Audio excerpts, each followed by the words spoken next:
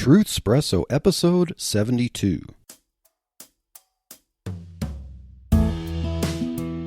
Face it, we all would rather sleep in this morning. That's why God gave us espresso, to kickstart our zombified corpses into hyperdrive. And now, giving your mind and soul the morning shot of truth it craves. This is Truth Espresso with Daniel Minnick.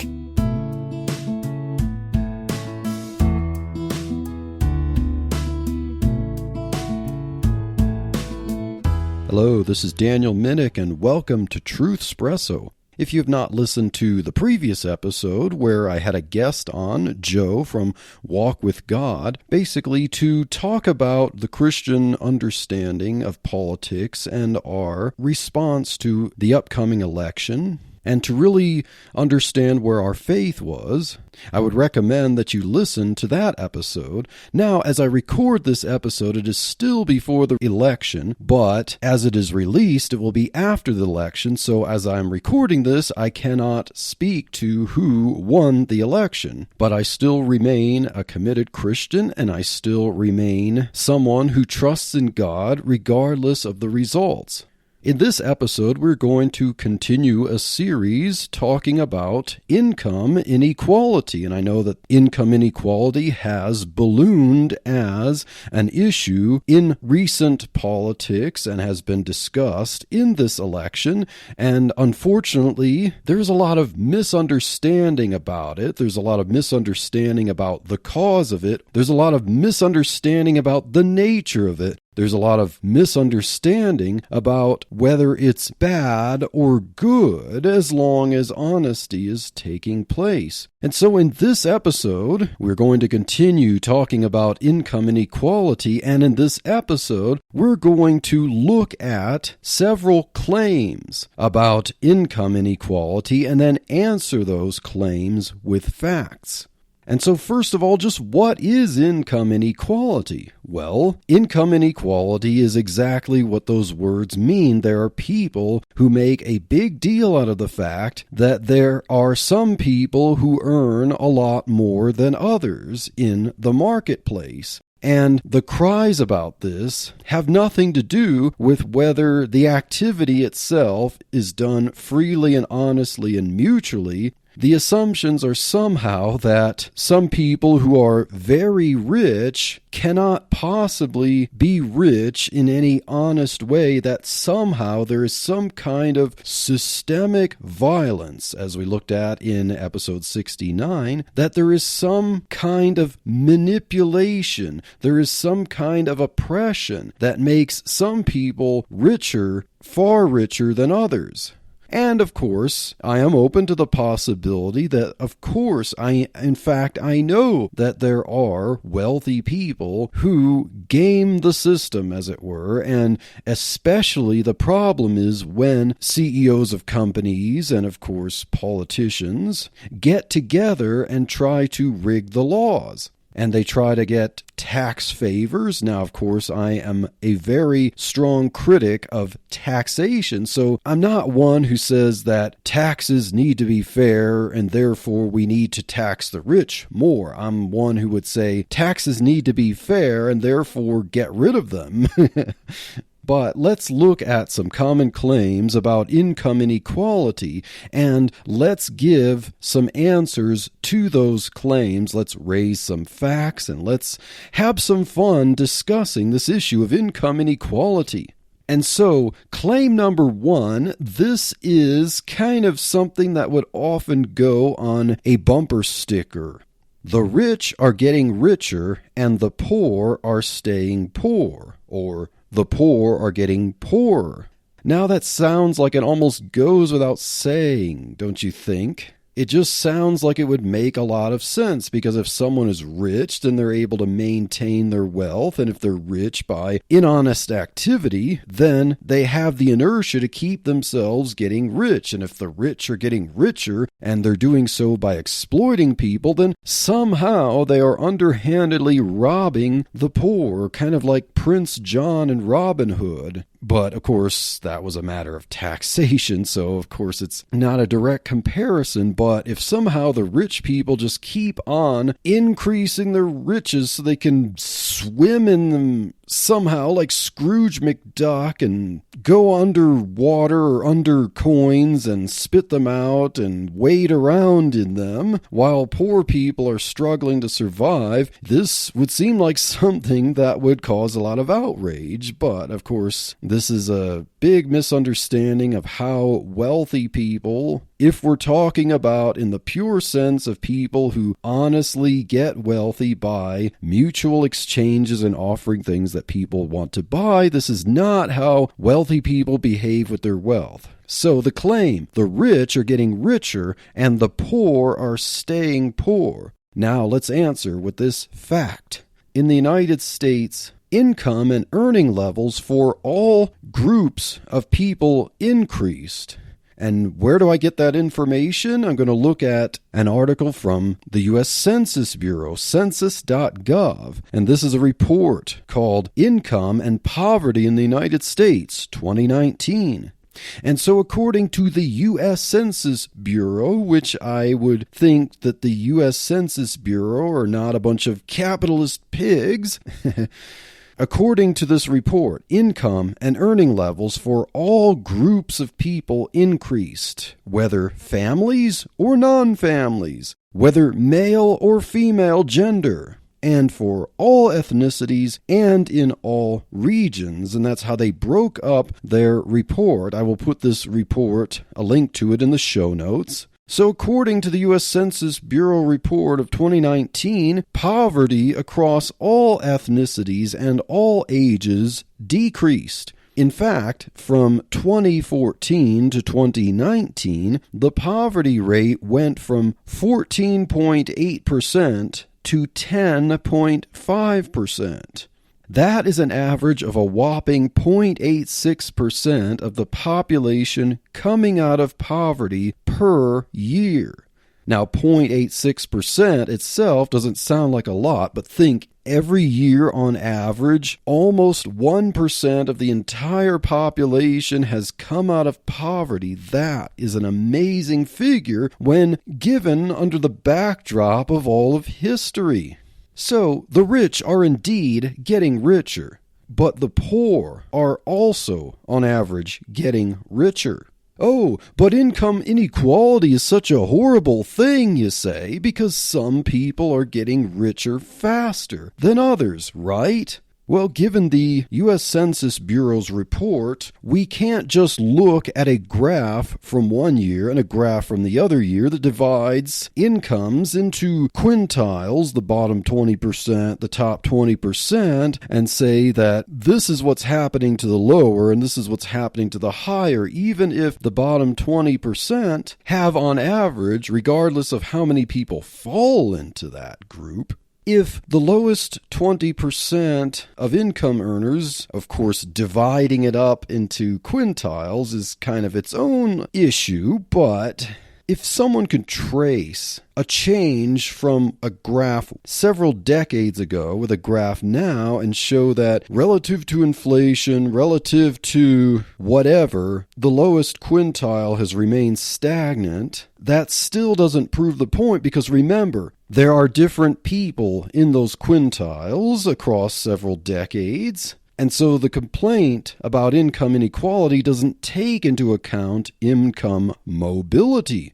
Now, what is income mobility? Income mobility is how likely someone is going to be able to move from one quintile, one section of income earnings on average, and move to another section. In other words, a rags to riches story. Someone who's in the poor moving up more toward the middle class or going to the upper middle class. And so income mobility factors in how people can go from one bracket to another, and usually people move from a lower bracket up into an upper bracket. Now, there are some people in the upper brackets who make mistakes in business and go bankrupt, and they go to a lower bracket. But most of the trend is poor people getting richer. The complaint about income inequality doesn't take into account that all households have actually gained over the time period. The report from the U.S. Census Bureau over those 5 years, from 2014 to 2019, show that all households have gained tremendously over those 5 years. But the complaint is just another argument that income inequality itself is the problem. So because there is a range between the richest and the poorest, and if that range happens to increase, then we need to be up in arms. But if poorer people today are much wealthier and have many more things today, and the ability to buy luxury things today, things that improve their lives, than the poor people decades ago, isn't there something to say about that? It's not as if a lot of these poor people happen to do enough labor economically to mass produce and invent a smartphone, but because wealthy people have invented and created and been able to raise the capital to invest and to improve and create smartphones, poorer people are now able to take advantage of that increase in overall wealth. And so income inequality is not the problem. Just because rich people on average are getting richer doesn't mean that the poor are worse off, because you have to take into account that the economy is not just one pie and you have to figure out how to split it into equitable pieces. If you can increase the size of the pie, even if someone has a smaller fraction of it, that piece can be bigger than a larger portion of a smaller pie. And so, the claim that the rich are getting richer and the poor are staying poor is refuted by the fact that everyone has been, on average, getting better according to the U.S. Census Bureau. Now, claim number 2. The United States is the worst offender for the problem of income inequality. Now, in response to this claim, fact, the statistics that are often used don't measure various transfers of wealth in the United States from rich people and to poor people. There's an article that was in the Wall Street Journal. It was entitled "The Myth of American Inequality," and I will put a link to this article in the show notes. This article by Phil Graham and John F. Early in August 9th, 2018 said, quote, "Inexplicably, the Census Bureau excludes Medicare and Medicaid, which redistribute more than $760 billion a year to the bottom 40% of American households," unquote. So this is when people often complain that the United States has a much worse manifestation of income inequality, and that other developed countries, especially European countries, have a lower income inequality, and yet they are still wealthy, industrialized, first world countries. But much of these charts that show that the United States is so bad in income inequality, according to the Wall Street Journal article, show that the Census Bureau itself, it depends on how the government agencies in the various countries report the data, because you could be comparing apples to oranges, or you could be comparing figures that are incomplete. And the United States Census Bureau does not include the massive Medicare and Medicaid expenditures in their figures for referring to income for these charts. And so, what is more than $750 billion is not reported. It's not factored into the comparison. Continuing from the Wall Street article, quote, "The data also exclude 93 other federal redistribution programs that annually transfer some $520 billion to low-income households. These include the Children's Health Insurance Program, temporary assistance for needy families, and the Special Supplemental Nutrition Program for women, infants, and children. States and localities directly fund another $310 billion in redistribution programs, also excluded from the Census Bureau submission. This means current OECD comparisons That's talking about countries that are included in this list of developed countries. This means that current OECD comparisons omit about $1.6 trillion in annual redistributions to low-income Americans, close to 80% of their total redistribution receipts, unquote. So, is the United States the worst offender for income inequality on an international scale when comparing with other countries that are industrialized, that are first world? No, the fact does not support that because there's a lot of money. $1.6 trillion. That is excluded from these figures. And this $1.6 trillion goes to poorer people in the United States. And so when you factor that amount in that the U.S. Census Bureau does not supply for these income inequality figures, the United States compares reasonably to other countries on the international scale. So the United States, fact, is not the worst offender for income inequality if indeed income inequality is a negative thing. Now, claim number 3. The poor and middle class are being cheated out of most of the wealth that their labor creates. So in other words, according to those who freak out about income inequality, their claim is that people are getting rich off the backs of the valuable labor that poor people contribute because they don't pay them equitably. And since profits emerge by wealthier people who own the enterprises, that these profits represent exploited labor from the poor, and that employees that make less of an income in the contracted amounts that they get paid, they really should be paid more because these profits represent some of their labor going toward the richer people, the higher ups, the CEOs, and so on. So now, fact. No ideologue is able to show the absolute standard or have the economic knowledge to know and to calculate what the worth of labor actually is apart from the price system. This assumes that almost all work contracts are unjust when in fact they are mutual. This also assumes that there is some science that can predict future profits more accurately than even the most trained statisticians that most companies employ. Because to figure out how to pay people these alleged just wages, businesses would have to be able to know their future profits ahead of time so that they can pay their salaried labor force ahead of time. Well, you might say that once the profit totals are available at the end of the year, the firm could split those proceeds relatively evenly across the salaried workforce. Now, here's the thing. How does a business grow if it can't allocate profits toward greater capital investment? New equipment, updated equipment, and even new hires are possible uses for profits.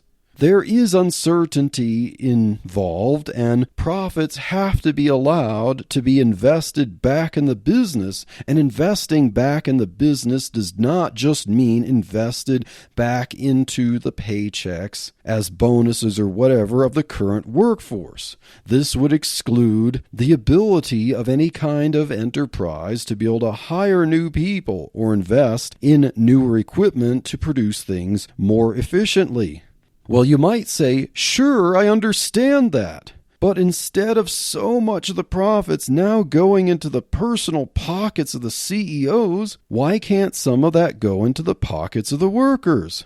Well, some of it does. And if a business is more profitable, they are more likely to increase or pay out various bonuses, and people do get promotions based on the productivity that they offer. If the company sees that this person is essentially being underpaid for their work because they're very committed, they're very productive, then obviously they don't want to lose that employee to a competitor, and so they offer promotions, they offer raises. That's how the free market works. if almost all salaried workforce that's not in the upper echelons of business management and CEOs are all drastically underpaid, then you'd think that there'd be some honest firm that would offer to pay workers much more than they're being paid on the competitive marketplace, because they'd see the value in that labor and they could undercut their competitors by offering much more. But no, the free market itself balances work and reward, and various salaries range around an equilibrium point for the way that work is valued in the marketplace. There is no exploitation going on here. You have to be quite the conspiracy theorist to believe that most enterprises somehow are in league with all the others to suppress the wages, and somehow ideologues can figure out how to calculate the just wages? How does that work? Now, those who demand that most workers must get a significantly higher wage than they are earning right now, let's look at the example of Walmart and let's do a little math, shall we? The math simply does not support economic growth through forced income inequality. So let's look at Walmart. Walmart's revenue in 2019 was $514.4 billion, according to an article from GeekWire.com, and I will put the link to this article in the show notes. So Walmart's revenue last year was $514.4 billion. So let's think about that amount. That is over $500 billion in 1 year. So Walmart is indeed one of the largest companies in the world. So now, what was Walmart's net profit? Keep in mind that revenue doesn't just go into the pockets of executives. Walmart's total net profit for 2019 was only $6.67 billion, according to macrotrends.net. So let's do a little bit of math there. $514.4 billion of revenue, that's whatever's coming in, and what they have left over for profit is only $6.6 billion. That is a profit margin of about 1.3% of revenue. Now, this $6.67 billion in 2019 was actually much lower than the net profit in 2013 at $17 billion. But $17 billion is still a tiny fraction of $514.4 billion. What these figures go to show is just how incredibly volatile Walmart's profitability is. Walmart International is ginormous. It is a humongous network of stores. But with such volatile profitability, they have to be incredibly efficient, incredibly careful with what they do with their money, or they could see themselves in the red pretty quickly. Let's consider that $17 billion from 2013. Now, admittedly, $17 billion is a lot of money. But what could Walmart do with that? They could try to invest that carefully into marketing and research and development, trend analysis, and distribution to try to grow for the next volatile year. Or let's consider, what about paying all their workers more? What about giving them all significant raises? Let's think of all the Fight for 15 that want to raise the minimum wage to $15. Wouldn't that be social justice? Well, let's factor in that Walmart has over 2.2 million employees worldwide, according to Walmart's website at corporate.walmart.com. I'll put a link to this in the show notes. What if we split that $17 billion that they made in 2013 in net income to all 2.2 million employees? They would each get about $7,700 more per year. Now that sounds just right. except that amounts to about $3.71 more per hour for each employee, no matter what he or she does. Now, of course, who wouldn't want a raise of $3.71 an hour? Everyone would love a raise in pay. But simply giving everyone a raise of less than $4 an hour for Walmart would eat up all of their entire net income for the year. And keep in mind also that we're talking about the best year of the decade, which is over twice as much as the worst year. For all those Fight for 15 advocates, or even those who believe that the minimum wage should be a whopping $20 federally across the board, you can see from the numbers that Walmart simply could not afford that. Not even close. And by afford that, I don't mean to do that while operating profitably. I mean, to do that, they wouldn't be able to pull it off without facing potential bankruptcy. So, if Walmart were forced to pay minimally $15 an hour, they would have to slash their workforce. That would destroy hundreds of thousands of jobs. What about those poor people who would be let go just to force Walmart to pay the remaining workforce a little more money per hour? And of course, a diminished workforce would mean less productivity for Walmart, which would mean they would have to raise prices. But fewer people would have jobs to buy the products at those prices. And that would definitely be almost a downward spiral in the economy. Intervening in the free market in this way is not good for Walmart, for Walmart's customers, or for most workers at Walmart, or other places I would propose. Now, I would love to talk more about the problems with the minimum wage and raising it, but that would be for another episode.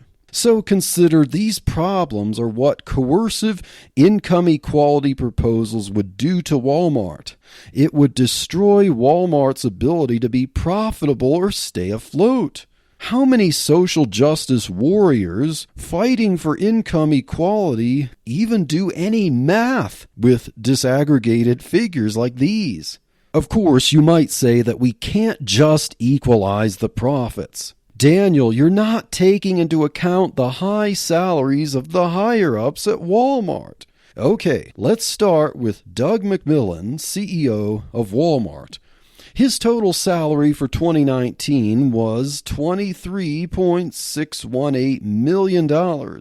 Oh my goodness, why should anyone need that kind of salary? Well, his base salary was about $1.4 million, and the rest is based on how well Walmart does. So, if Doug McMillon wants that extra salary above the $1.4 million base, holding the CEO position, he needs to make sure Walmart is profitable for the year. One would think that being in charge of making sure that over $500 billion in revenue continues to be profitable with such razor-thin and volatile profit margins should command a decent salary, wouldn't you think? Now, for fun, let's do the math. Let's see what would happen if we take Doug McMillon's salary, which includes what he gets for performance, and the base, and divide that equally among the 2.2 million employees. So,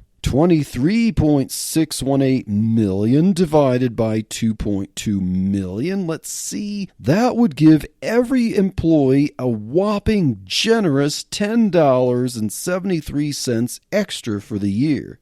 So basically, if you take Doug McMillon's salary for the year and divide it among all the employees equally, they all get one dinner. A cheap dinner, that is. So, for an extra $10.73 per year total, would you like to be CEO of Walmart and try to make sure that Walmart continues to operate successfully? Probably you'd not. You probably would not want that kind of stress. You'd probably want to work in the clothing department and hang up clothes or something like that. Okay, claim number 4. Growth that fuels income inequality leaves the poor behind. So the engine for growth that makes rich richer by definition leaves poor people behind, that is one of the claims of income inequality. Fact, economic advancement naturally does produce more income inequality, and this is not necessarily a bad thing. Daniel, you mean you actually admit that income inequality is not necessarily a bad thing? Yes. Let's look, for example, at an article talking about Bangladesh. Now, Bangladesh is not one of the top richest countries. It's considered a poor country. But there's an article from SalamGateway.com entitled Growth Fuels Income Inequality in Bangladesh. I wonder how that works. According to SalamGateway.com, quote, Bangladesh is ranked 113th among 158 governments, according to a report by Oxfam and Development Finance International, DFI, unquote. Okay, so relatively speaking, Bangladesh is one of the poor nations of the world. But what is our fearless writer of this article expecting out of Bangladesh? Quote, the Commitment to Reducing Inequality Index, CRII, noted Bangladesh spends little on health, just 5.04% of total government budget, unquote. Well, what do you expect? I mean, from a poor country, do you expect them to have some kind of universal health care or some advanced health care system like the first world countries have? Do you expect 3 people living on an island, living hand to mouth, to provide some form of universal health care or some health care safety net that would make someone from the United States or Canada proud? Continuing with the article, quote, Bangladesh has achieved remarkable growth, 6.0% on average in the past decade, which, however, witnessed rising income inequality, unquote. It kind of follows, doesn't it? If an economy grows, that means that some people are finding ways to dig themselves out of poverty. Through hard work and innovation, some people are going from rags to riches. That's progress, my friends. And we shouldn't punish Bangladesh because, as a poor country, they're starting to see growth, but say, you need to make sure that you bridge that income inequality gap. Now, let's look at an article from Quartz by Manuel Hines entitled, Inequality Can Be a Good Thing. So, Mr. Hines is going to go out on a limb and go against the grain and against the propaganda and against all the freaking out of politics about income inequality and actually challenge us to think that income inequality is not all bad. So according to Mr. Hines, quote, inequality is the mechanism through which the market generates and spreads innovation, which in turn generates opportunities for millions of individuals. Every innovation has initially generated inequality in incomes as their inventors exploit it commercially, unquote. You think? And although exploit it commercially would seem like a scary choice of words, it would just mean offering something new for sale on the market and being successful because of willing buyers. Now, for example, just think of Steve Jobs, who climbed himself up to billionaire status by innovating in the technology experience market. Yes, he didn't invent computing or even invent the smartphone, but he did figure out how to package things in such a way and build a brand that many people love. Is it unjust that Steve Jobs became a billionaire? Well, how did he do that by and large? By selling things that people want. He didn't point a gun to people's heads and force them to buy an iPhone. The fact that people were willing to hand over hundreds of dollars for an iPhone means that they are willfully rewarding him for giving them something that they consider worth more to them than the money that they give up in exchange. Sure, there are many smartphones that are even much cheaper than an iPhone. But think, Someone could easily blow $500 on 2 nights at a hotel and some fancy dining, and then it would be gone. But for that same $500, you can get a nifty, shiny piece of technological wizardry that can provide you a gateway to the world. It allows you to talk with people from anywhere in the world. You can see live video in someone's living room and dog from halfway around the world. You can buy products and services from a dizzying selection of sources. You can start a business and make money all from this little portable device that you call a phone.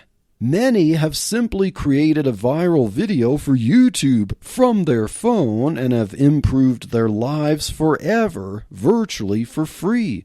You can play some amazing games. And there are hundreds of thousands of applications that you can download, install, and run in a matter of seconds, many of them for free. I mean, it's almost too painful to conceive of what this little thing is capable of doing. And you can use it for years, potentially, as long as it lasts until something goes wrong. You can have all this wonder in the palm of your hand just by working and saving for a few weeks or a month or so. You can even get the thing for free in some cases if you bundle it with a monthly phone plan. And so, people like Steve Jobs and the current CEO of Apple and other companies, they sell things and people buy them. Why?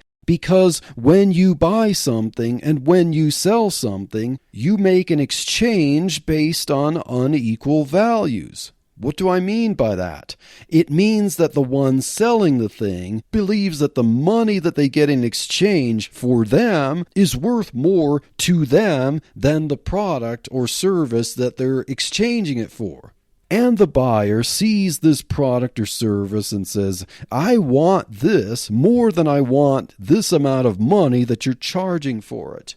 And so, all things being equal and simple, it's win-win. It's a mutual exchange, no guns or fireworks or bombs or whatever involved. Now, to conclude our thoughts on income inequality, let's compare someone who wins the lottery with someone who would actually have the same amount of wealth due to free market enterprise. Let's observe that those who handle money that they earn treat it differently than those who handle money that's easy and unearned. Consider that virtually everyone who wins the lottery goes bankrupt within 3 to 5 years. Why is that? How can someone possibly blow through sometimes upwards of $200 million if they win the big pot in a matter of a few years? Why is that? Well, no one who wins the lottery takes that easy, lucky money to start a business where they carefully understand the risks and the rewards and that they must turn a profit.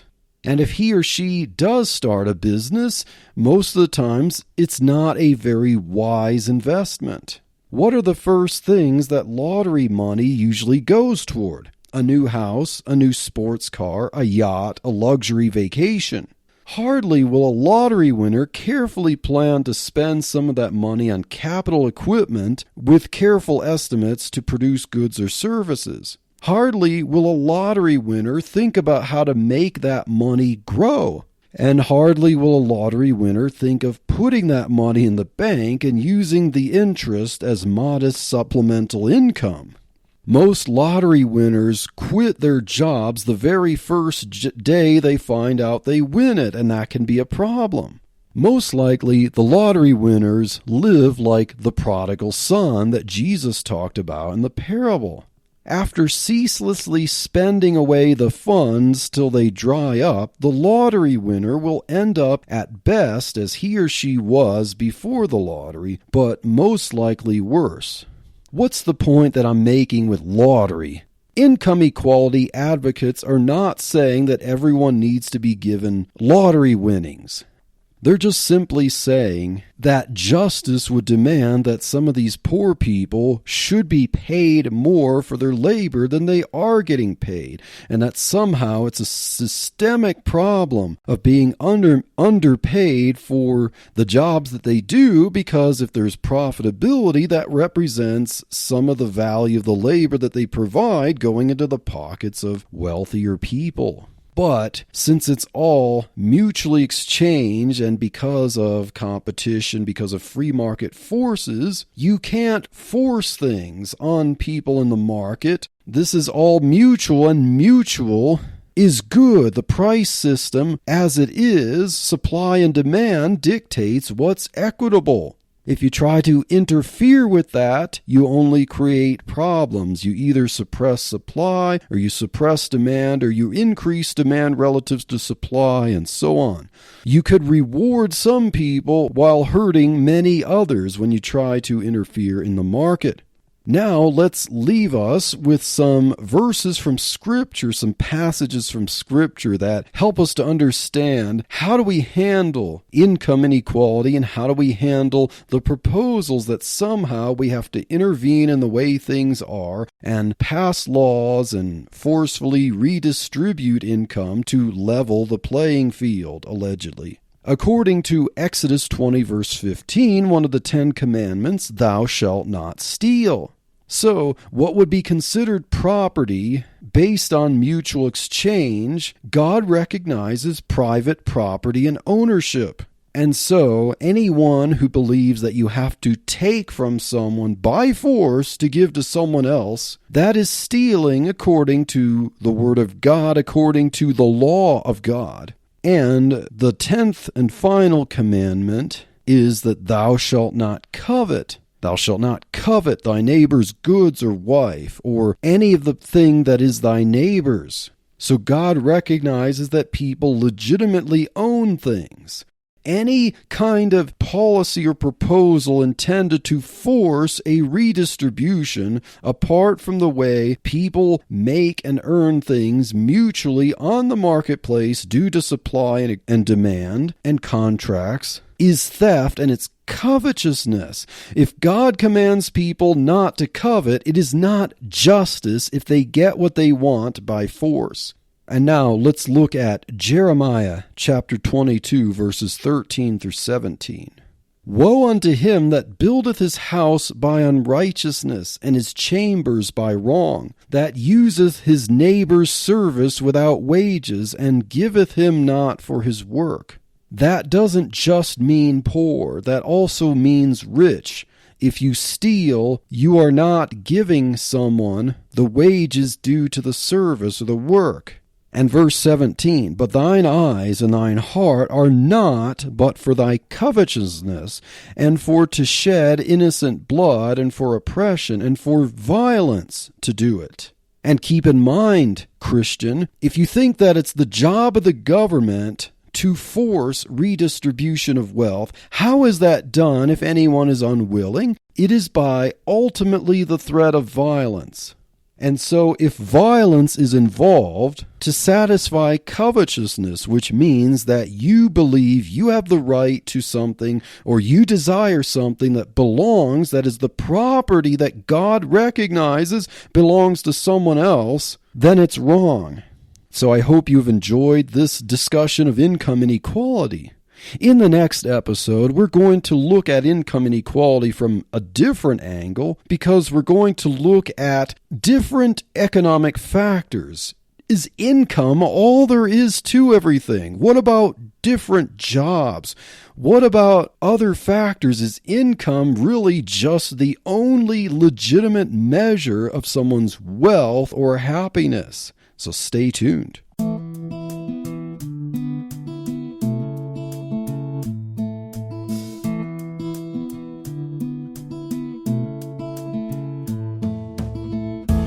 Thank you for waking up with Truth Espresso. Good morning, and God bless your day. Hey friends, Daniel Minnick here again. If you liked waking up to this episode of Truth Espresso, I would really appreciate it if you would rate it on Apple Podcasts, Stitcher, or whatever application you use to listen to Truthspresso.